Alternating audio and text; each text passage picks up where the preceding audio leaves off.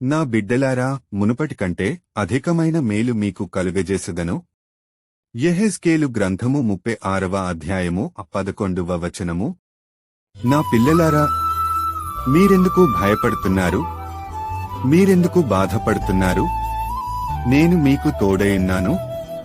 మీ కష్టాల నుండి, మీ బాధల నుండి, మీ అప్పుల నుండి మిమ్మల్ని విడిపించెదను. మీరు నాకు ప్రార్థన చేయుచు ప్రతి దినము నా వాక్యమును చదువుకొనుడి. అప్పుడు నేను మీకు సహాయము చేసెదను. మీరు నెమ్మది పొందెదరు.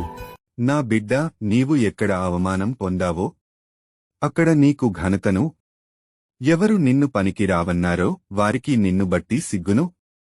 ఎంతగా నువ్వు తగ్గించబడ్డావో అంతగా నీకు హెచ్చింపును కలుగజేస్తాను. ఇప్పుడే నిన్ను దీవిస్తున్నాను. సియోను నివాసులారా, నేను వచ్చి మీ మధ్యను నివాసము చేతును.